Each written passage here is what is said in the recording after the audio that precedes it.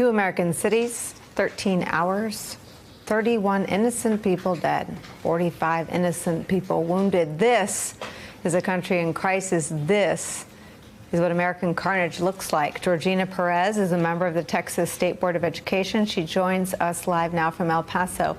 What do you need? What do we need? From us. We need people to stop. We need people to stop thinking that Mexicans and Mexican Americans are violent. We need people to stop thinking that all immigrants are rapists and criminals. There are so many strangers that we welcome into our city right now because of this horrible tragedy.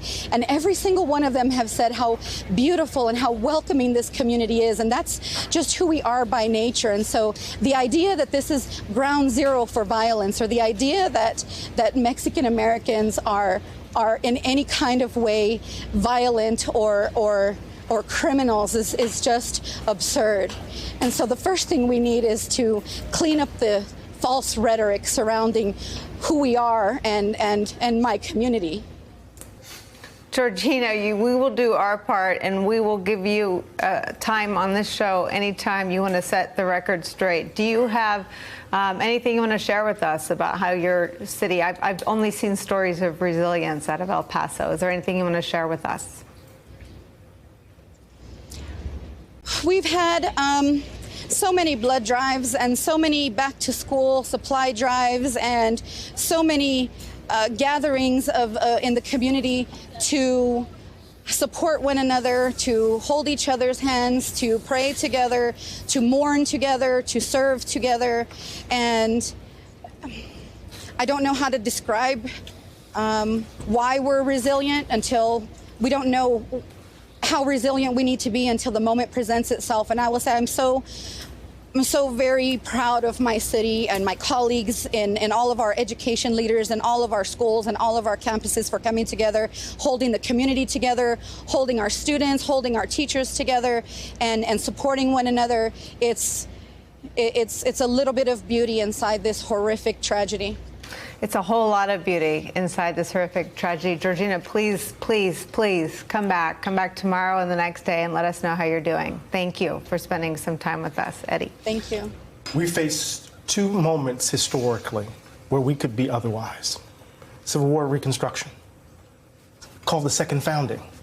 We had to reconcile what we did in the Constitution, what we failed, and we tried to imagine ourselves differently, and then we betrayed it. We had the Second Reconstruction. That's the civil rights movement of the mid-20th century, where we tried to do it right. We tried to live up to the ideals, and we betrayed that. We are at an inflection point. This is not about politics. This is about who we are. And the question is, will we live up to our history and betray it again, or will we finally decide? We will finally decide to be otherwise. You keep making me go after Eddie. Sorry, I can't.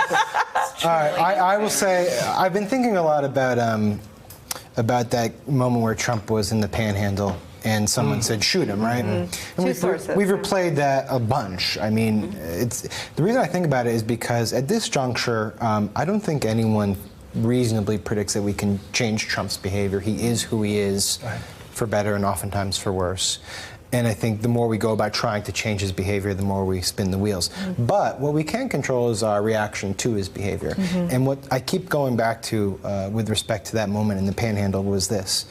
No one, not an elected official nor a citizen of the Panhandle, stood up after the fact and said, actually, no, that's not only in the Panhandle. You can't do it here either.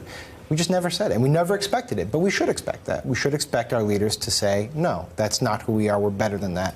We can't change Trump, but we can expect better of the people around him. And so that would be my one closing thought, not quite on Eddie's level. I agree, and I think we will see that we are better than this. I mean, I know for the Latino community in the midterms, Latinos turned out in record numbers because our community was totally exhausted by the abuse heaped on us by the president. So things will change. We will aspire to our better values of this nation. The change is coming. Hey there, I'm Chris Hayes from MSNBC. Thanks for watching MSNBC on YouTube. If you want to keep up to date with the videos we're putting out, you can click subscribe just below me or click over on this list to see lots of other great videos.